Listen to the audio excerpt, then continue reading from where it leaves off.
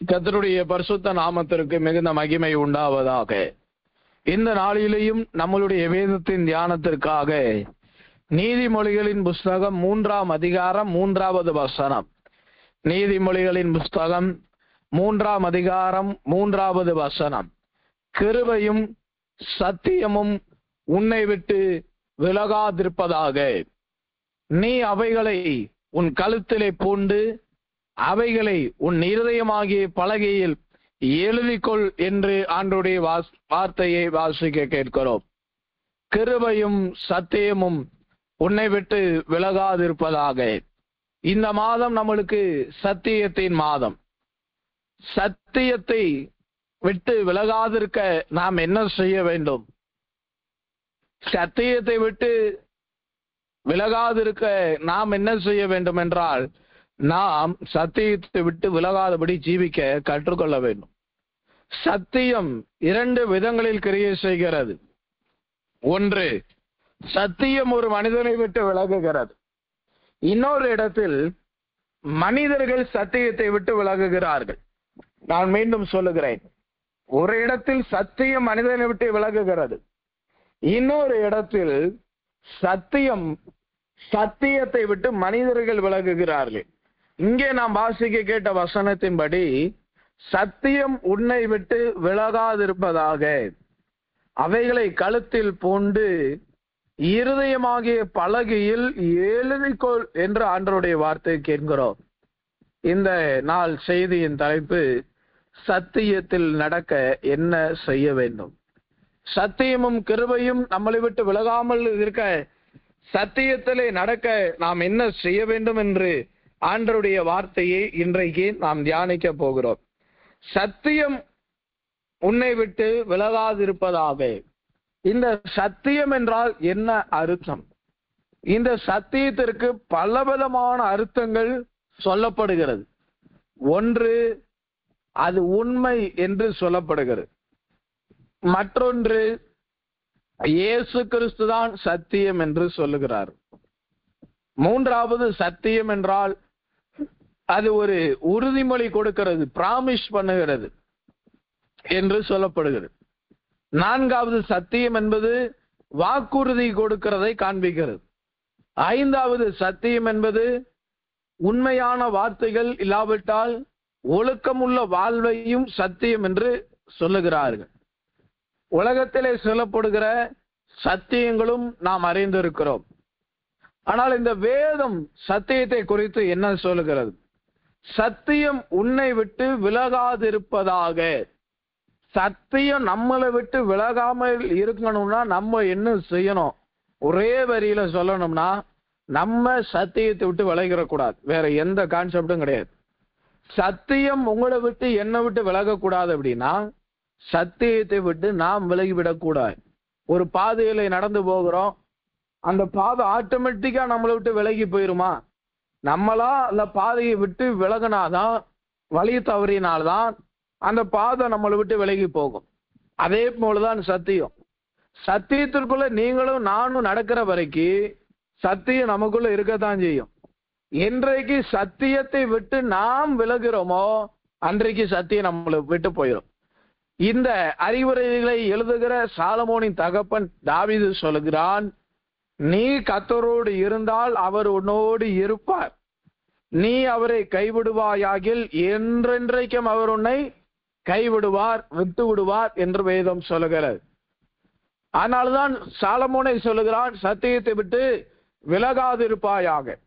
சத்தியத்தை விட்டு விலகிட்டோம்னா நம்மளுடைய வாழ்க்கை கேள்விக்குறியாய் மாறுகிறது. எனக்கருமையான தேவனுடைய ஜனமே, சத்தியத்தை விட்டு விலகாதிருப்பாயாக.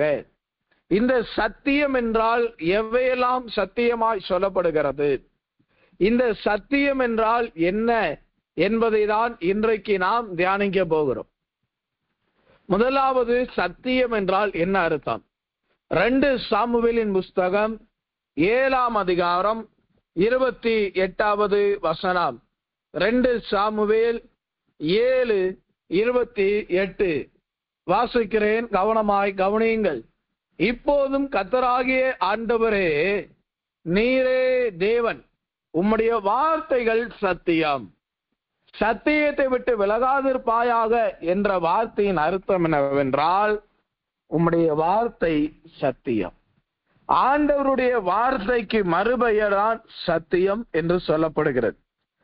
அப்படியானால் சத்தியம் உன்னை விட்டு விலகாதிருப்பதாக என்று சொல்லப்பட்டவனுடைய அர்த்தம் என்னவென்றால், ஆண்டவருடைய வார்த்தை நம்மளை விட்டு விலகிவிடக் கூடாது. ஆண்டவருடைய வார்த்தையை விட்டு நாம் விலகி போனவர்களாய் காணப்படக்கூடாது. எனக்கருமையான தேவனுடைய ஜனமே, இந்நாட்களில் எத்தனையோ மனிதர்கள் இந்த சத்தியத்தை விட்டு, சத்தியமாகிய ஆண்டவருடைய வார்த்தையை விட்டு வழி விலகி போகிறார்கள் என்பதை நாம் அறிந்திருக்கிறோம்.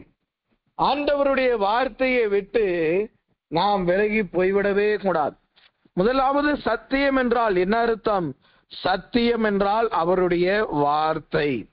ஆண்டவருடைய வார்த்தையை விட்டு நாம் விலகிவிடவே கூடாது. மனிதனுடைய வார்த்தைக்கு அநேகர் செவி கொடுத்து இன்றைக்கு ஆண்டவருடைய வார்த்தையை விட்டு விலகுகிற காரியத்தை நாம் பார்க்க முடிகிறது. ஆண்டவருடைய வார்த்தையை விட்டு விலகுகிற மனிதர்களை நாம் பார்க்க முடிகிறது. மனிதனுடைய வார்த்தையா தேவனுடைய வார்த்தையா என்று பார்த்தால், அநேக இடங்களில் இன்றைக்கு மனிதனுடைய வார்த்தைக்கு தான் இன்றைக்கு அதிகமாக கனப்படுத்தப்படுகிறது. யாத்திராகமம் 9ஆம் அதிகாரம் 21வது வசனத்தை வாசித்து பார்ப்பீர்களானால், யாத்திராகமம் 9:21 வாசித்து பார்ப்பீர்களானால், அவர்களின் வார்த்தையை மதியாமற் போனார்கள். ஆண்டவர் சொல்லுகிற ஒரு வார்த்தை, என்னுடைய வார்த்தையை அவர்கள் மதியாமல் போனார்கள் என்று சொல்லுகிறார். எவன் கர்த்தருடைய வார்த்தையை மதியாமற் போனானோ, ஆண்டவருடைய வார்த்தையை மதியாமல் இருக்கிற சில கூட்டத்தாரும் உண்டு. சத்தியம் உங்களை விட்டு விலகாது இருக்க வேண்டுமானால், சத்தியம் என்றால் என்ன? முதலாவது, தேவனுடைய வார்த்தை. தேவனுடைய வார்த்தை உங்களை விட்டு விலகாமல் இருக்க வேண்டுமானால், தேவனுடைய வார்த்தையை கனம் பண்ண வேண்டும். மனிதனுடைய வார்த்தையை கனம் பண்ணுகிறோம், பெற்றவர்களுடைய வார்த்தையை கனம் பண்ணுகிறோம், மற்றவர்களுடைய வார்த்தையை கனம் பண்ணுகிறோம். நமது மனசாட்சி சொல்லுகிற வார்த்தையிலே பிரியப்படுகிறோம். பக்கத்து வீட்டுக்காரங்க சொல்ற வார்த்தையை நாம் கனப்படுத்துகிறோம். ஆனால் ஆண்டவர் சொல்லுகிற வார்த்தையை நாம் கனப்படுத்துகிறோமா? லோத்து என்கிற தேவ மனிதனை நாம் அறிந்திருக்கிறோம். அவன் சோதோமில் இருந்தாலும் சோதோமின் பாவங்களுக்கு உடன்படவில்லை. அவன் இருந்த இடம்தான் தவறு. அவன் தவறானவன் அல்ல. அவன் ஒரு நீதிமானாக தான் காணப்பட்டான். ஆனால் அவனிடத்தில் ஒரு குறைவு காணப்பட்டது. என்ன குறைவது? தேவ தூதர்கள் வந்து சொல்லுகிறார்கள், ஆண்டவர் இந்த பட்டணத்தை அழிக்க போகிறார் லோத்து, நீ இந்த பட்டணத்தை விட்டு வெளியிலே வா என்று அழைத்த பொழுது, மருமக்கள்மார்கள் பேசுகிற சொல்லுகிற அந்த வார்த்தைக்கு அவன் செவி கொடுத்து தேவ தூதர்களுடைய வார்த்தையை சில மணி நேரம் அசட்டை செய்து கொண்டே இருக்கிறான். ஆண்டவருடைய வார்த்தை அவனிடத்துல இல்லை. காரணம் என்ன தெரியுமா? ஆண்டவருடைய வார்த்தை அவன் மதியாமற் போனான். ஆண்டவர் சொல்லுகிறார், என் வார்த்தையை அவர்கள் தள்ளினார்கள் என்று.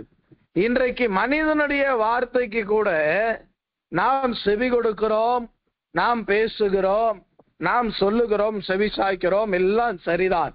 ஆனால் ஆண்டவருடைய வார்த்தைக்கு நாம் செவி சாய்க்கிறோமா? கிருபையும் சத்தியமும் உன்னை விட்டு விலகாதிருப்பதாக என்றால் என்ன அர்த்தம்? சத்தியம் நம்மளை விட்டு விலகாது இருக்க வேண்டுமானால் என்ன செய்ய வேண்டுமா? ஆண்டவருடைய வார்த்தை தான் முதலாவது சத்தியம் என்று வேதம் சொல்லுகிறது. அப்ப ஆண்டவருடைய வார்த்தை நம்மளை விட்டு விலகி இருக்கிறதா? இல்லாவிட்டால் ஆண்டவருடைய வார்த்தையை விட்டு நாம் விலகி இருக்கிறோமா? பிழையாமை பாருங்கள். அவன் ஒரு காலத்தில் ஆண்டவர் என்ன சொன்னாலும் அப்படி நூல் பிடிச்ச மாதிரி நிற்பார். சபைக்கு சொன்னா ஜபிப்பாரு, ஆசீர்வதிக்க சொன்னா ஆசீர்வதிப்பார், போன்னு சொன்னா போவாரு, வானா வருவார். அவன் மலைகள்ல வாழ்ந்த ஒரு மனிதன். அவனுக்கு மனிதனுடைய ஒரு ஐக்கியமே கிடையாது, ஒரு தொடர்பே கிடையாது. அவன் தேவனோடு வாசம் பண்ணினா நல்ல ஒரு பரிசுத்தவனாய் வாழ்ந்தான். ஆனா அவனை கெடுப்பதற்கும் பிசாசானவன் ஒரு வலையை விரித்தான், ஒரு ஏணியை வைத்து அவனை எட்டி பிடித்தான். அவனிடத்தில் ஆண்டவருடைய வார்த்தை இல்லை. ஒரு காலத்தில் ஆண்டவருடைய வார்த்தை உங்ககிட்ட என்கிட்ட அவ்வளவு நிறைவா இருந்தது. உங்ககிட்ட வந்தாலே பக்கத்து வீட்டுக்காரங்க சொல்லுவாங்க, அந்த அக்காட்ட போய் பேசிட்டு வர அவ்வளவு நிம்மதியா இருக்கும், அந்த சிஸ்டர்கிட்ட போய் பேசிட்டு வர அவ்வளவு நல்லா இருக்கும், அந்த அந்த கோயிலுக்கு போறவங்கள்ட்ட சர்ச்சுக்கு போறவங்கள்ட்ட போய் பேசினா ஏதோ நிம்மதியா இருக்கும். ஏன் சொன்னாங்க? ஆண்டவருடைய வார்த்தை நம்ம கிட்ட இருந்தது. காரணம், ஆண்டவருடைய வார்த்தையை மதித்தோம்.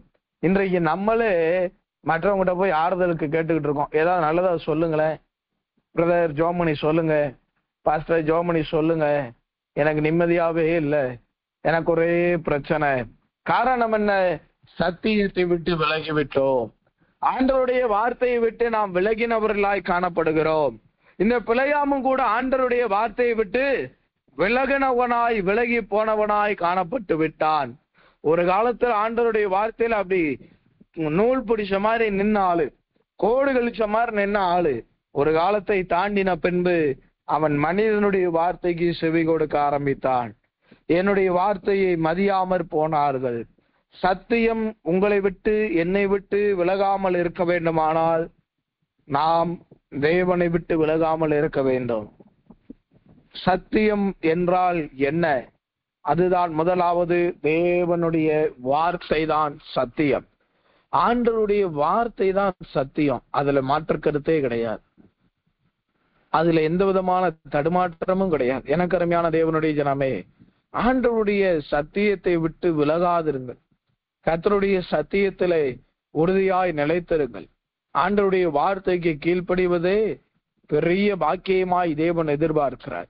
இயேசுவானவர் பிதாவின் வார்த்தையே அல்லாமல் அவர் சொல்லுகிறார், நான் சுயமாய் ஒன்றும் பேசவில்லை. எவ்வளவு அருமையான வார்த்தை! பிதாவின் வார்த்தையை தவிர ஆண்டவருடைய வாயிலிருந்து சுயமா ஒரு வார்த்தை கூட வரலையா? நம்ம எப்படி பேசுகிறோம் என்பதை சற்று நிதானித்து பாருங்கள். சத்தியம் உங்களை விட்டு விலகாதிருப்பதாக என்ற முதலாவதனுடைய அர்த்தம் என்ன? ஆண்டவருடைய வசனம் தான் சத்தியம். வசனத்தை விட்டு விலகாதிருங்கள். கடைசி நாட்களில் மட்டுமல்ல, ஆதி நாட்களிலிருந்து இந்நாள் வரை அநேகர் வசனத்தை விட்டு விலகுகிறார்கள். இப்படி மேக்கப் போடக்கூடாதுன்னு சொன்னா, மேக்கப் போடக்கூடாதுன்னு பைபிள்ல எங்க இருக்குன்னு நம்மளையே திருப்பி கேள்வி கேட்கிறாங்க. நகை போடக்கூடாது, ஆடம்பரமான வாழ்க்கை வாழக்கூடாதுன்னு சொன்னோம்னா, ஆடம்பரமான வாழ்க்கை வாழக்கூடாதுன்னு பைபிள்ல எங்க இருக்குன்னு திருப்பி நம்மளையே கேள்வி கேட்கிறாங்க. இப்படி பரியாசம் பண்ணிக்கிட்டு மாதத்துக்கு ஒரு சர்ச்சுக்கு போய்கிட்டு இருக்காதீங்க, ரெகுலரா ஒரு சர்ச்சுக்கு போங்கன்னு சொன்னா, அப்படி பைபிள்ல எங்க எழுதிருக்கு நம்மளை திருப்பி கேள்வி கேட்கிறாங்க. இப்படி கேட்கறவங்கள பார்த்து நான் ஒரு கேள்வி கேட்கிறேன், பைபிள்ல இருக்க எல்லாத்தையும் கடைபிடிச்சிட்டீங்களா? பைபிள்ல இருக்க எல்லாத்தையும் நம்ம கடைபிடிச்சிட்டோமா? எதையுமே கடைபிடிக்கலையே. பின்ன பைபிள்ல இப்படி எழுதியிருந்தா என்ன, அப்படி எழுதியிருந்தா நமக்கு என்ன? சத்தியத்துல நடக்கணும், அதுதான் நம்மளுடைய காரியமே, அதுதான் நம்மளுடைய கான்செப்டே. குதிரைக்கு கடிவாளம் போட்ட மாதிரி, குதிரைக்கு கடுக்கன் மாட்டின மாதிரி அந்த கண்ணு அங்கிட்டு இங்கிட்டு திரும்பவே கூட சத்தியத்துல போய்கிட்டே இருக்கணும். சொல்றதை கேட்டுட்டு ஆண்டவருடைய வசனத்தை கேட்டு அப்படி போய்கிட்டே இருக்கணும். அதை விட்டுட்டு இப்படி எழுதியிருக்கா, அப்படி எழுதியிருக்கா, இப்படி எழுதியிருக்கா, எழுதியிருந்தா அதை நிரூபித்து விட்டால் அதன்படி நடப்பதற்கு கிடையாது. அதை விட்டு வெளியில எஸ்கேப் ஆகுறதுக்காக தான் இவ்வளவு கேள்விகள். ஒரு மனிதன் கீழ்ப்படிய ஆரம்பிச்சுட்டாருன்னா அதனுடைய அடையாளம் என்ன தெரியுமா? எந்த மறுபேச்சும் பேச மாட்டாங்க, எந்த ராங் கொஸ்டினும் கேட்கவே மாட்டாங்க, அது அப்படியே உபை பண்ணுவாங்க. இன்னைக்கு சத்தியத்திலிருந்து வழி விலகி போவதற்கு பிசாசானவன் அநேக விதமான தந்திரமான வார்த்தைகளை பேசிக்கொண்டு இருக்கிறான். தந்திரமான வார்த்தைகளை பேசிக்கொண்டே இருக்கிறான், சொல்லிக்கொண்டே இருக்கிறான். ஊழியர்களுக்கு கீழ்ப்படிந்திருங்கள், விசுவாசிகளோடு ஒருமனமாயிருங்கள், ஒருமனப்பட்டால்தான் அபிஷேகம் வரும், அந்நிய பாஷை பேச முடியும்னா அப்படி எங்க இருக்குது? அப்படிலாம் கிடையாது அப்படின்னு ஒரு கூட்டத்தார். இயேசு கல்யாணம் முடிக்கல, பின்ன இவங்க ஏன் கல்யாணம் முடிக்கிறாங்கன்னு ஒரு கூட்டத்தாரு. இயேசு அற்புதம் செஞ்சாங்களே, நீங்க ஏன் ஜெயிலம் திரும்பி கேட்டோம்னா அதற்கு பதில் இல்லையே. கடைசி இதுல இது எல்லாமே விதண்டாவதத்துலதான் போய் முடியும். நம்ம தான் நம்மளுடைய இருதயத்தை எல்லா காவலோடும் இருதயத்தை காத்து கொள்ள வேண்டும். அதனாலதான் ஆண்டவர் சொன்னார், வயல்ல ஒருத்தன் வயல்வெளியில போகிற ஒருத்தன் விதையை அள்ளி தூவுகிற விதையை தூவி விதைக்கிறான். அது சிலது நல்ல நிலத்துல விழுது, சிலது கற்பாறையில விழுது, சிலது வழியறையில விழுது, சில இது முள்செடிக்கல விழுது. அது எங்கெங்க விழுந்ததோ அதனுடைய பலனை சீக்கிரத்துல பார்க்கிறார்கள். ஆனால் நல்ல நிலத்துல விழுந்த விதை அது நல்ல நேர்த்தியான பலனை கொடுக்கிறது. உங்களுடைய இருதயம், என்னுடைய இருதயம் நல்ல நலமா இருந்துச்சுன்னா நம்ம கர்த்தருக்கென்று பலன் கொடுப்போம். கற்பாறையா இருந்துச்சுன்னா நம்மளை ஒடுக்கி கொள்ளுவோம். ஆவிக்குரிய வாழ்க்கையில வளர முடியாது. முட்செடி நெருக்குகிறது போல நம்மளுடைய வாழ்க்கையை நம்மளே நெருக்கிக்குவோம். வழியறைகளை விதைக்கப்பட்டவரை போல நம்ம இருப்போம்னா ஏதோ பிசாசான நம்மளை திருடி கொண்டு போயிடுவான். எனக்கருமையான தேவனுடைய ஜனமே, நல்லதை பேசி நல்லதை சிந்தித்து நல் விஷயத்தில் வைராக்கியம் பாராட்டுங்கள் என்றுதான் பைபிள் சொல்லுது. ஆண்டவருடைய வார்த்தைக்கு மறுபேச்சு கிடையவே கிடையாது. ஆண்டவருடைய வார்த்தைக்கு மீறி செயல்படவே கூடாது. எனக்கருமையான தேவ ஜனமே, ஆண்டவர் நம்மத்திலே இடைப்பட்டு கொண்டு இருக்கிறார் என்பதை நினைவில் கொள்ளுங்கள். மோசேயும் இஸ்ரவேல் ஜனங்களும் ஆண்டவருடைய வார்த்தைக்கு செவி கொடுத்ததெல்லாம் ஒரு காலம். குறிப்பிட்ட நாட்கள் வந்ததுக்கு அப்புறம் ஆரோனின் வார்த்தைக்கு செவி கொடுக்க ஆரம்பிச்சிட்டாங்க. இப்ப ஆண்டவருடைய வார்த்தை எங்க போச்சு? எகிப்திலிருந்து வெளியில கொண்டு வந்தது ஆண்டவர். 10 அற்புத அடையாளங்களை செய்தது ஆண்டவர். செங்கடலை பிளந்தது ஆண்டவர். அப்பத்தையும் தண்ணீரையும் மன்னாவையும் தண்ணீரையும் கொடுத்தது ஆண்டவர். கொள்ளை நோய்களுக்கும் சர்ப்பங்களுக்கும் தப்புவித்தது ஆண்டவர். வனாந்தரத்துல பாதரட்சையும் டிரெஸ்ஸும் பழமையாய் போகாமல் வழிநடத்தினது தேவன். இவ்வளவு தூரம் தேவனுடைய வார்த்தையை கேட்டு நடந்த மனிதர்கள் ஒரு நிமிடத்துல ஆரோனுடைய வார்த்தைக்கு செவி கொடுத்துட்டாங்க பாருங்க. நம்ம எப்ப தடுமாறுவோன்னு சொல்ல முடியாது. அதனாலதான் திரும்பவும் சொல்றேன், எல்லா காவலோடும் உன் இருதயத்தை காத்துக்கொள், அது நின்று ஜீவ ஊற்று புறப்படுமா. ஆண்டவருடைய வார்த்தை நம்மளுக்குள்ள இல்லைன்னா ஜீவ ஊற்றும் புறப்படாது, ஒன்றும் புறப்படாது. சத்தியத்தை விட்டு விலகாதிருங்கள். சத்தியம் என்றால் என்ன? சத்தியம் என்றால் முதலாவது தேவனுடைய வார்த்தை. அன்றைக்கு பிழையாம் விலகினது போல, மோசேயின் ஜனங்கள் இஸ்ரவேல் விலகினது போல, லோத்து தேவனுடைய வார்த்தையை விட்டு விலகினது போல, நீங்களும் நானும் தேவனுடைய வார்த்தையை விட்டு விலகிவிடக் கூடாது. அநீதிக்கு கை போனவன் கூலி கொடுத்தவன் என்ற வார்த்தை சொல்கிறது. அநீதிக்கு பெயர் போனவனாய் நம்மளுடைய வாழ்க்கையை மாறிவிடக்கூடாது. கர்த்தருடைய பரிசுத்த நாமத்திற்கு மிகுந்த மகிமை உண்டாவதாக. முதலாவது, ஆண்டவருடைய வார்த்தை என்பது சத்தியம். இரண்டாவது, சத்தியம் என்றால் என்ன அர்த்தம்? சங்கீதத்தின் புஸ்தகம் 119 அதிகாரம் 142 வசனம். சங்கீதம் 119 142. உம்முடைய நீதி நித்திய நீதி, உம்முடைய வேதம் சத்தியம். கர்த்தருடைய நாமத்திற்கு மகிமை உண்டாவதாக. முதலாவது, சத்தியம் என்றால் என்ன அர்த்தம்? சத்தியம் என்றால் கர்த்தருடைய வார்த்தைகள் என்று சொன்னேன். இரண்டாவது, சத்தியம் என்றால் கர்த்தருடைய வேதம். இந்த வேதத்தை குறித்து நாம் அதிகமாய் பேச வேண்டிய கால சூழ்நிலைகள் இன்றைக்கு உண்டாகியிருக்கிறது. வேதம் தான் நம்மளுக்கு மனமகிழ்ச்சியாய் காணப்படுகிறது. 2 நாளாகமத்தின் புஸ்தகம் 15 அதிகாரம் 3வது வசனத்தை வாசித்து பார்க்கும் பொழுது, 2 நாளாகமும் 15:3 வாசிக்கும் பொழுது, இஸ்ரவேலிலே அநேக நாள் மெய்யான தேவனும் இல்லை, உபதேசிக்கிற ஆசாரியனும் இல்லை, வேதமும் இல்லை. இந்த காலகட்டம் கடைசி காலகட்டத்திலே வந்து கொண்டிருக்கிறது. இது பழைய ஏற்பாட்டு காலத்திலே நடந்தாலும் கடைசி நாட்கள்ல நடக்க போகிற காரியம் என்னவென்றால், ஒன்று நடக்க போகிறது என்ன? வேதம் இல்லை. வேதம் இல்லாத வாழ்க்கை இன்றைக்கு அநேகர் வாழ்ந்து கொண்டிருக்கிறார்கள். ஆலயத்திற்கு போகும்போது கூட பைபிளை தூக்கிட்டு போங்கன்னா, அட நீ கொண்டு வா, நாங்க வாங்கிக்கிறேன். சிலர் சொல்லுகிற வார்த்தை நான் எத்தனை இடங்கள்ல பார்த்து இருக்கிறேன். அம்மாமாருங்க தாய்மாருங்க பைபிளை கூடையில வச்சுட்டு பையில வச்சுட்டு சுமந்துட்டு வருவாங்க. ஐயாமாருங்க பிள்ளைங்க எல்லாம் அப்படியே என்னமோ கடை வீதிக்கு போற மாதிரி, என்னமோ ஷாப்பிங் போற மாதிரி அவ்வளோ அழகா கையை ஆட்டி ஆட்டி நடந்து வருவாங்க. அதுல இன்னொரு வெக்கக்கேடு என்னன்னா, சர்ச்சுக்கு போகும்போது கூட மொபைல் போனை நோண்டிக்கிட்டே வருவாங்க. அந்த 1 மணி நேரத்துல அப்படி என்ன பிசினஸ் பண்ணிட போறோம்? அந்த 1 மணி நேரத்துல அப்படி யாருக்கிட்ட பேசிட போறோம்? கர்த்தருடைய ஆலயத்திற்கு போவோம் வாருங்கள் என்று சொன்ன பொழுது மனமகிழ்ச்சியா இருந்தது. ஆண்டவருடைய ஆலயத்திற்கு போகும்போது கூட இன்னைக்கு பைபிளை தூக்க முடியல. சில வீடுகள்ல ஞாயிற்றுக்கிழமை பைபிளை தூக்கிட்டு போய் வந்து அந்த பிரசங்க குறிப்பை சுருட்டி மடிச்சு பைபிள்ல ஒரு ஓரமா திணிச்சு வச்சவங்க அடுத்த வாரம் ஞாயிற்றுக்கிழமை தேடுவாங்க பைபிளை. அதுல ஒரு சந்தோஷம், ஐயோ பைபிள் எங்க வச்சேன்னு தெரியல. இதெல்லாம் ஒரு ஆவிக்குரிய மனிதனுடைய ஒழுங்கே கிடையாது. அதை சிரிச்சுக்கிட்டு வேற சொல்றது, பைபிள் எங்க வச்சேன்னு தெரியலையே. மாத்திரையை எங்க வச்சேன்னு ஞாபகம் இருக்குது, சாப்பாட்டு பாத்திரத்தை எங்க வச்சேன்னு ஞாபகம் இருக்குது, மணி பரிசு எங்க வச்சோம் ஞாபகம் இருக்குது, பணத்தை எங்க வச்சோம் ஞாபகம் இருக்குது, ஏடிஎம் கார்டை எங்க வச்சிருக்கோம் ஞாபகம் இருக்குது, வீட்டு சாவி எங்க வச்சோம் ஞாபகம் இருக்குது, யாருக்கு எவ்வளவு கடன் கொடுத்தோங்கிற ஞாபகம் இருக்குது. பைபிளை எங்க வச்சோம் ஞாபகம் இல்லை. கடந்து கடையா தேட வேண்டியது. கடைசியில பார்த்தா பைபிள் டிவி மேல செல்ஃபு மேல ஏதாவது ஒரு மூலையில தூசி படிஞ்சு கிடக்கும். அதுக்கப்புறம் எடுத்து அதுக்கு ஒரு சிரிப்பு, அப்பா இங்கதான் இருக்குதா, எடுத்து படிச்சாதானே தெரியும் எங்க இருக்குன்னு. வேதத்தை வாசிக்கிறவர்களுக்கு சமாதானம் உண்டு. நான் சொல்லுவது கடினமா இருக்கலாம், நடக்கிறதா தான் பேசிக்கிட்டு இருக்கிறேன். நிறைய இடங்கள்ல பார்க்கிறேன். நீங்களும் நானும் தெளிந்த புத்தியுள்ளவர்களா இருக்கணும்.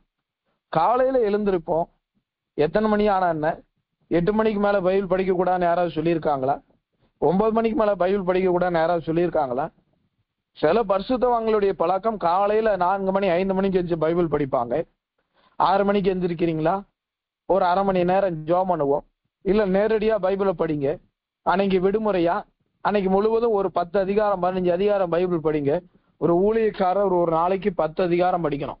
ஒரு விசுவாசி 5 அதிகாரம் படிக்கணும். நம்ம எத்தனை அதிகாரம் படிக்கிறோம்?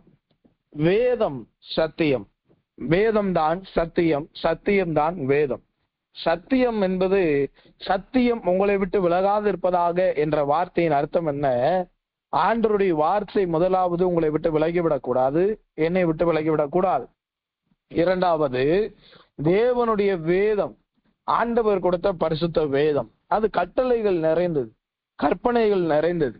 ஒரு ஆள்கிட்ட எப்படி பேசணும்னு பைபிள்ல இருக்குது, எப்படி பேசக்கூடாதுன்னு பைபிள்ல இருக்குது, எங்க என்ன சொல்லணும்னு பைபிள்ல இருக்குது, எங்க என்ன சொல்லக்கூடாதுன்னு பைபிள்ல இருக்குது.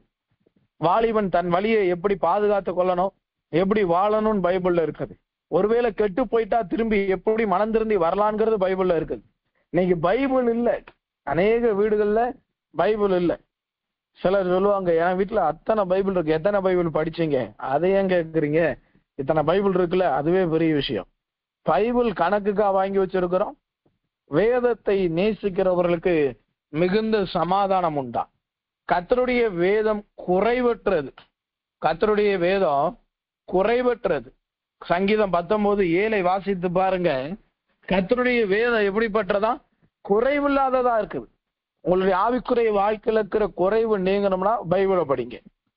உங்களுடைய வாழ்க்கையில இருக்கிற குறைவை நீங்கன்னா பைபிளை படிங்க. சந்தோஷத்துல குறைவா, சமாதானத்துல குறைவா, நிம்மதியில குறைவா, தூக்கத்துல குறைவா, எதுல குறைவுனாலும் பைபிளை படிங்க. நேர்மையாய் நடந்தவர்கள் தங்கள் படுக்கையிலே இளைப்பாறுகிறார்கள். இது எங்க இருக்குது? பைபிள்ல தான் இருக்குது, சத்தியத்துலதான் இருக்கிறது. பைபிள் படிக்கணுமே. இன்னைக்கு பைபிள் படிக்கிறதான இன்னைக்கு பெரிய கேள்விக்குறியா இருக்கிறது. என திடீரென்று ஒரு தேவ மனிதன் நினைவுக்கு வருகிறார். அவரு ஒரு நாள், அவருக்கு ஒரு குறிப்பிட்ட நாட்கள் ஆன பிறகு அவருக்கு இந்த 2 கண்ணுமே தெரியாம போயிடுச்சு. அப்ப கூட இருக்கிற அங்க உடன் ஊழியர்களை பார்த்து சொன்னார், எனக்கு ரொம்ப வேதனையா இருக்கு தம்பி அப்படின்னாராம். எல்லா உடன் ஊழியர்களும் ஏன் பாஸ்டர், ஏன் ஐயா என்று கேட்டாங்க. இப்பெல்லாம் நான் பைபிள் படிக்கிறது ரொம்ப குறைஞ்சிருச்சு அப்படின்னு சொல்லி. கண்ணு தெரியல, ஆனா அவர் சொல்றாரு, அந்த தடவி பைபிள் படிப்பார், பைபிள் படிக்கிறது ரொம்ப குறைஞ்சிருச்சு அப்படின்னு சொல்லி வருத்தப்பட்டார். என்ன ஐயா சொல்றீங்கன்னா, இப்பெல்லாம் நான் வெறும் 50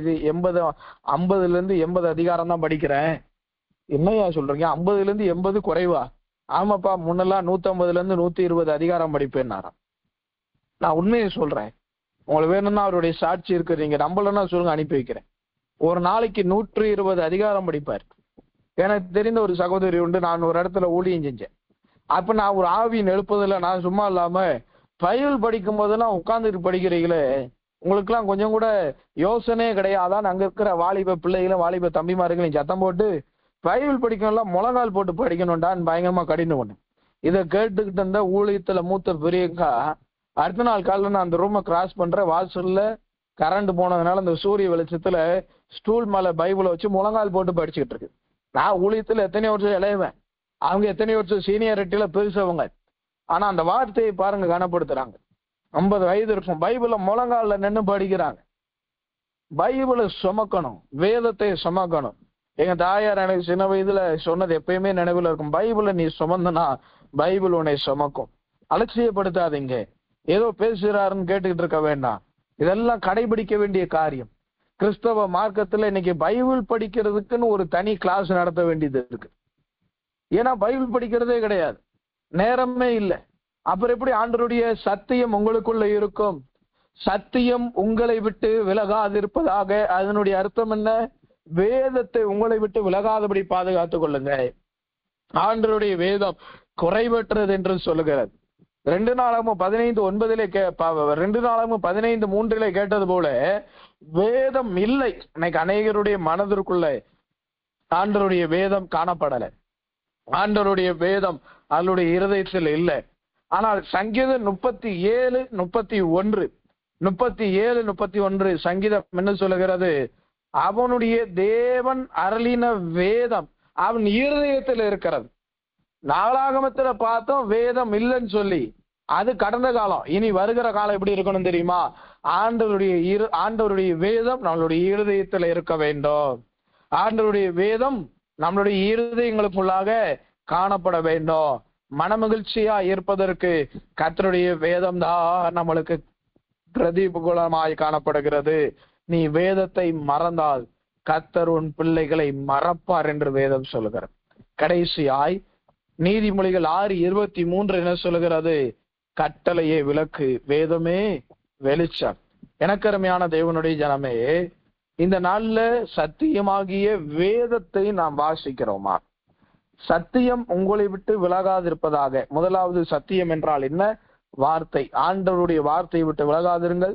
ஆண்டவருடைய வார்த்தை நம்மளை விட்டு எடுத்துக்கொள்ளப்படாமல் நீங்கள் பாதுகாத்துக் கொள்ளப்பட வேண்டும். இரண்டாவது, ஆண்டவருடைய வேதத்தை நாம் இழந்து விடக்கூடாது. நாம் அதை மிஸ்யூஸ் பண்ணிவிடக்கூடாது. நாம் அதை அப்ரோஜனப்படுத்தி விடக்கூடாது. தயவு செய்து பைபிளை படிங்க. நீங்கள் படித்து கொண்டிருந்தால் ரொம்ப நல்லது. ஆண்டவருடைய வேதம் இல்லாமல் போன காலம் வரும் சொல்லல, ஏற்கனவே வந்துடுச்சு. 2 நாளாகவும் 15:3 அதான் வாசிக்க. ஏற்கனவே பைபிள் இல்லாத காலம் வந்துடுச்சு. இன்னொரு காலம் வரப்போகுது. அதற்கு முன்னெச்சரிக்கையாக தான் ஆண்டவர் ஏற்கனவே எழுதி வைத்திருக்கிறார். ஏற்கனவே பைபிள் இல்லாத காலம், ஆண்டவருடைய வேதம் இல்லாத காலம் வந்திருக்குது. இன்னொரு காலம் வரப்போகுது. அப்ப நம்மளுடைய வாழ்க்கை கெடுக்கப்பட்டு விடக்கூடாது. இதையெல்லாம் அறிந்த தாவீது சொல்லுகிறார், உம்முடைய வேதம் என்னுடைய இருதயத்தில் இருக்கிறது. எத்தனை பேருக்கு ஆண்டவருடைய வேதம் இருதயத்தில் இருக்குது? சில ஊழியக்காரர்களை, சில விசுவாசிங்களை நான் பார்த்து அப்படியே பிரமிச்சு பார்ப்பேன். ஒரு வார்த்தை சொன்னா போதும், கட்ட கட்ட கட்ட கட்ட பைபிள் அப்படி இப்படி தலைகளை வச்சு திருப்புற மாதிரி திருப்புவாங்க. அடுத்த செகண்ட் வாசிப்பாங்க. சிலர் உட்காந்து யோசிப்பாங்க, இது எங்கேயோ படிச்ச மாதிரி இருக்கு. சிலர் எதையுமே செய்ய மாட்டோம், அவங்க சொல்லட்டும் நம்ம உட்கார்ந்து இருப்போம். ஆனா சிலர் சொன்ன அடுத்த செகண்ட், சில ஊழியக்காரங்களை பார்ப்பேன், பைபிளே திறக்க மாட்டாங்க. எனக்கு தெரிந்த மிகப்பெரிய ஒரு ஊழியர் உண்டு, எம்டி தாமஸ் என்ற ஒரு மனிதர் உண்டு. பைபிளை கொண்டு மேஜை மேல மூடி வைக்கிறவர் தான். ஒரு சின்ன ஒரு குறிப்பு துண்டு வச்சிருப்பாரு, அவ்வளவுதான். 1.5 மணி நேரம் சாலிடா பேசுவார். 1.5 மணி நேரம் பேசுவார். 1.5 மணி நேரம் பைபிளை திறக்க மாட்டார். திருஞானம் என்கிற ஒரு தேவ மனிதனோடு நான் உடன் ஊழியனா அசிஸ்டன்ட் பிரதராக இருந்தேன். நான் அவரோடு கிட்டத்தட்ட 1 வருடங்கள் அவரோடு நான் ஊழியம் செய்தேன். உடன் ஊழியனாய் அவருக்கு உறுதுணையாக உதவியாளராக இருந்தேன். அப்ப ஞாயிற்றுக்கிழமை வரும், சனிக்கிழமை முழுவதும் அவருக்கு பயங்கரமான வியாதி, சுகர் வியாதி, அங்கே கட்டிகள் வரும், பயங்கர வேதனைப்படுவேன். ஞாயிற்றுக்கிழமை நான் தான் அந்த வஸ்திரத்தெல்லாம் மாற்றி நான் தான் கொண்டு போய் உட்கார வச்சு அவரை பிரசங்கம் பண்ண வைக்கணும்.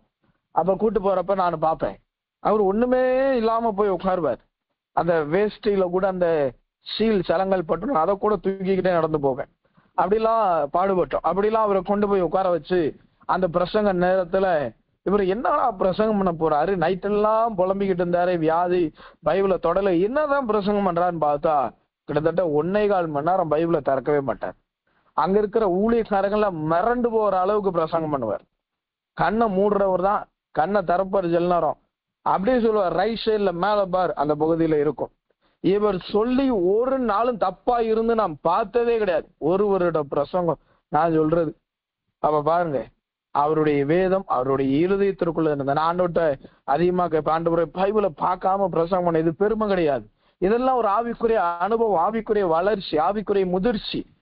அந்த ஊழியர் மரிக்கும் பொழுது, மதிக்கிற 2 நாளுக்கு முன்பதாக சொப்பனத்துல வந்து என் கையில ஒரு ஒரு ஒரு ஒரு ஒரு மணி பர்ஸ் மாதிரி ஏதோ ஒண்ணு கொடுத்துட்டு ஏதோ ஒண்ணு சொல்லிட்டு போறார். அப்பயே நான் புரிந்து கொண்டேன், கர்த்தருடைய பெரிதான கிருபை, ஆண்டவர் என்னை தொட்டு இருக்கிறார் என்பதை. ஏன் இதை நான் சொல்லுகிறேன், ஆண்டவருடைய வேதம் தான் நம்மளுக்கு சத்தியமாய் காணப்படுகிறது. கர்த்தருடைய பரிசுத்த நாமத்திற்கு மிகுந்த மகிமை உண்டாவதாக. மூன்றாவது எது சத்தியம்? சத்தியத்தை விட்டு விலகாதிருப்பாயாக. முதலாவது ஆண்டவருடைய வார்த்தையை விட்டு விலகக்கூடாது. 2வது வேதத்தை விட்டு விலகக்கூடாது. 3வது சத்தியம் என்றால் என்ன? சங்கீதத்தின் புஸ்தகம் 119 அதிகாரம் 160வது வசனம். சங்கீதம் 119 160. உம்முடைய வசனம் சமுலமும் சத்தியம், உம்முடைய வசனம் சகலமும் சத்தியம், உம்முடைய நீதி நியாயமெல்லாம் நித்தியம். எவ்வளவு அருமையா எழுதியிருக்கிறாங்க பாருங்க. உம்முடைய வசனம் சத்தியம். ஆண்டவருடைய வசனம் தான் இந்நாள்ல சத்தியமாய் காணப்படுகிறது. இந்த வசனம் சத்தியம் என்பது என்ன தெரியுமா? இங்கு சொல்லப்படுகிற சத்தியம் என்பது உண்மையை காண்பிக்கிறது. நம்முடைய வசனம் தான் உண்மையானது, அதனாலதான் வசனம் சத்தியம். அப்ப பாருங்க, 3வது சத்தியம் என்றால் வசனம். சத்தியத்தை விட்டு விலகாதுங்க. இந்த வசனத்தை விட்டு நம்ம என்ன செஞ்சிடக்கூடாது, விலகிறவே கூடாது. இந்த பிரமாணங்களை விட்டு நம்ம விலகிடக்கூடாது. கடைசி நாள்ல எப்படினாலும் பிரசங்கம் பண்ணலாம். இந்த பைபிள்ங்கிறது, வசனம்ங்கிறது ஒரு ஜவ்வு மிட்டாய் மாதிரி. நீங்க இந்த பக்கம் இழுத்தா வரும், அந்த பக்கம் நான் இழுத்தால் வரும். வசனம் எப்படினாலும் எடுத்து பேசுறான். துன்மார்க்கனை பார்த்து ஆண்டவர் கேட்கிறார், துன்மார்க்கனே என் வார்த்தையை எடுத்து உரைக்க உனக்கு என்ன தைரியம் உண்டு? அப்ப துன்மார்க்கனும் ஆண்டவருடைய வார்த்தையை எடுத்து பேசதான் செய்வான். ஆனால் ஆண்டவருடைய வசனத்தை விட்டு விலகிவிடக் கூடாது. பைபிள்ல என்ன வசனம் சொல்லி இருக்குது, என்ன பிரமாணம் சொல்லி இருக்கிறது, என்ன கட்டளைகள் சொல்லி இருக்கிறது, அதை தவிர மேலான கட்டளைகள், ஒரு புதிய வெளிப்பாடை கர்த்தர் எனக்கு கொடுத்தாருன்னு ஒரு ஊழியக்காரர் வந்து பேசினாலும், நானே பேசினால் அது கேட்கக்கூடாது. அந்த வார்த்தைகள், அந்த வசனங்கள், அந்த சொல்லப்படுகிற ஊழியக்காரனுடைய அற்புதங்கள், அடையாளங்கள் வசனத்திற்கு ஒத்திருக்கிறதா? அதனாலதான் நம்ம போதகத்தை ஏதாவது ஒரு சொப்பனத்தை ஒரு அர்த்தம் கேட்பேன். ஆண்டவர் எனக்கு ஒரு சொப்பனம் காமிச்சாரு அப்படின்னு சொன்னா, அந்த சொப்பனத்திற்கு வசனம் இல்லாம அர்த்தம் சொல்லவே மாட்டார். அது எவ்வளவு பெரிய சொப்பனமா இருந்தாலும் நம்ம தலையை பிச்சுக்கிட்டு வர மாதிரி உட்கார்ந்துருப்போம். என்னன்னு கேட்பார், இந்த மாதிரி ஒரு சொப்பனம் பார்த்தேன் அப்படின்னு சொன்னோம்னா, அந்த சொப்பனத்துல இருக்கிற ஒவ்வொரு சொப்பனத்துக்கும் ஒவ்வொரு வசனம் சொல்லுவார். அந்த வசனம் சொல்லி அந்த சொப்பனம் சொல்லும் பொழுது நம்மளையே ஒரு தெய்வ பிரசனம் அப்படியே மூடிடும். சொல்லும் பொழுதே அவ்வளவு அழகாக இருக்கிறது. அப்ப உணர்ந்து பாருங்க, எந்த காரியத்தையும் வசனம் இல்லாமல் நம்ம செய்யவே கூடாது. வசனம் தான் நம்மளுக்கு ரொம்ப முக்கியம். வசனமே சத்தியம். சத்தியத்தை விட்டு விலகாதிருங்க, வசனத்தை விட்டு விலகவே கூடாது. இந்த பூலோகத்துல வாழ்ற வரைக்கும் வானம் பூமி ஒளிந்து போனாலும் ஆண்டவருடைய வசனம் என்னென்னைக்கு நிலைநிற்குமா? ஆண்டவருடைய வசனங்கள், ஆண்டவருடைய வார்த்தைகள், ஆண்டவருடைய கிரியைகள் என்றைக்கும் நிலையில் இருக்கக்கூடியது. அவைகளை விட்டு நம்ம விலகிறவே கூடாது. அது கேட்டுக்கு போகிற வழி, அது விசாலமான வழி. அந்த வழியில போகாதீங்க. ஆண்டவர் பிசாசு எப்படி ஜெயித்தாராம்? வசனத்தினால் ஜெயித்தார். வசனம் அதிகமா பேசணும். யாராவது ஒருத்தங்க ஏதாவது ஒண்ணு சொல்றாங்களா, வசனத்தினால பேசுது. நம்ம வார்த்தையை காட்டிலும் வசனத்திற்கு அதிக வல்லமை உண்டு. சத்தியம் உங்களை விட்டு விலகாதிருக்க என்பதனுடைய அர்த்தம் என்ன? வசனம் உங்களையும் என்னையும் விட்டு விலகிவிடக் கூடாது. வசனத்தை விட்டு நீங்களும் நானும் விலகிவிடக் கூடாது. கடைசி நாள்ல இந்த வசனத்தை விட்டு விலகும்படி எத்தனையோ பேர் கிரியை செய்வாங்க. நம்மளுடைய வீடுகள்ல இருப்பாங்க, நம்மளுடைய குடும்பங்கள்ல இருப்பாங்க. நம்மளுடைய சபைகள்ல இருப்பாங்க, நம்மளுடைய ஊழியத்துல இருப்பாங்க, நம்ம பக்கத்திலேயே உட்கார்ந்து இருப்பாங்க. ஆனாலும் நாம் இந்த வசனத்தை விட்டு விலகிவிட கூடாது. வசனத்தை விட்டு விலகிவிடவே கூடாது. இந்த வசனத்தை விட்டு நாம் விலகுவோமானால் நம்மளுடைய வாழ்க்கை கேள்விக்குறியாய் மாறுகிறது. வசனமே சத்தியம். சத்தியத்தை விட்டு விலகாதிருப்பாயாக. முதலாவது ஆண்டவருடைய வார்த்தை, இரண்டாவது தேவனுடைய வேதம், மூன்றாவது வசனம். இது ஒன்றோடு ஒன்று பின்னி பிணைக்கப்பட்டது. விசுவாசம், அன்பு, இவைகளில் நம்பிக்கை, விசுவாசம், அன்பு என்ற வார்த்தையின்படி வார்த்தை, வேதம், வசனம், பிதா, குமாரன், பரிசுத்த ஆவியானவர் என்ற வார்த்தையின்படி வார்த்தை, வேதம், வசனம், இந்த மூன்றையும் பிரிக்க முடியாது. இது ஒன்றோடு ஒன்று பின்னி பிணைக்கப்பட்டது. எனக்கருமையான தேவனுடைய ஜனமே, சத்தியத்தை விட்டு விலகாதிருப்பாயாக என்ற வார்த்தையினுடைய அர்த்தம் என்ன? வசனத்தை விட்டு விலகாதிருங்கள். தயவு செய்து சொல்லுகிறேன், ஆண்டவர் உங்களுக்கு சொல்லுகிற வசனத்தை விட்டு விலகாதீங்க. ஆண்டவர்கிட்ட ஒவ்வொரு வருடமும் வாக்குத்தத்தம் கேட்கணும். கர்த்தாவே, எனக்கு இந்த வருடம் ஏதாவது ஒரு வாக்குத்தத்தம் தாங்க ஏசப்பா, ஏதாவது ஒரு வசனம் தாங்க ஏசப்பா. ஆண்டவர் கொடுத்துடுறாரு. ஆனா நம்ம அதுல இருக்கிறோமா? நம்ம அதுல கால் ஒன்றின்னு இருக்கிறோமா? நம்ம விலகுகிறோம், நாம் ஓடி விடுகிறோம், சில நேரம் அதை தூக்கி எறிகிறோம். இது ஆண்டவர் தரலன்னு சொல்றோம். இல்ல, ஆண்டவர் நம்மளுக்கு கொடுத்திருக்கிறார். அதை நாம் நம்மளுடைய கழுத்திலே பூண்டு இருதயமாகிய பலகையில் எழுதி வைக்க வேண்டும். ஆண்டவருடைய வசனம் நம்மளை தாங்கக்கூடியது. ஆண்டவருடைய வசனம் நம்மளை உயிர்ப்பிக்கக்கூடியது. ஆண்டவருடைய வசனம் நம்மளை உருவாக்கக்கூடியது. ஆண்டவருடைய வசனம் நம்மளை உயிரடைய செய்யக்கூடியது. ஆண்டவருடைய வசனம் நம்மளை உயர்வுள்ளவனாக மாற்றுகிறது. ஆண்டவருடைய வசனம் நம்மளுக்கு உணர்வுகளை தரக்கூடியது. கண்களை மூடுவோம். சத்தியத்தை விட்டு விலகாதிருப்பாயாக. சத்தியம் என்றால் தேவனுடைய வார்த்தை, தேவனுடைய வேதம், தேவனுடைய வசனம். இந்த மூன்றையும் விட்டு நாம் விலகாதிருக்க கர்த்தர் கிருபை தர வேண்டும். கண்களை மூடி ஒரு எல்லாரும் பாரத்தோடு நன்றியுள்ள இருதயத்தோடு கர்த்தரை சோதரம் பண்ணுவோம். அதிகமாக நேசிக்கிறங்கள் அன்புள்ள இயேசுவாமி, அருமையான இந்த மதியான நேரத்தை கர்த்தர் காண செய்தபடினாலும் உமக்கு ஸ்தோத்திரம். கர்த்தாவே, இந்த நாளிலேயும் கூட நம்முடைய திரு வார்த்தைகளை கர்த்தர் நீர் கொடுத்தபடினாலும் ஸ்தோத்திரம். ஆண்டவர், இந்த ஜெபத்தின் துவக்கம் முதல் முடிவு பரிந்தோம் நேரே பொறுப்படுத்தி வேத பகுதியை வாசித்தல். ஆண்டவரே, உம்முடைய சமூகத்திலே மற்றவர்களுக்காய் பரிந்து பேசுதல். அல்லேலூயா ஏறெடுக்க கர்த்தர் கிருபை செய்தபடினாலும் ஸ்தோத்திரம். அந்நிய பாஷை ஆராதனை பொறுப்படுத்தபடினாலும் ஸ்தோத்திரம். ஆண்டவருடைய வார்த்தைகளை தியானிக்க கர்த்தர் உதவி செய்தபடினாலும் ஸ்தோத்திரம்.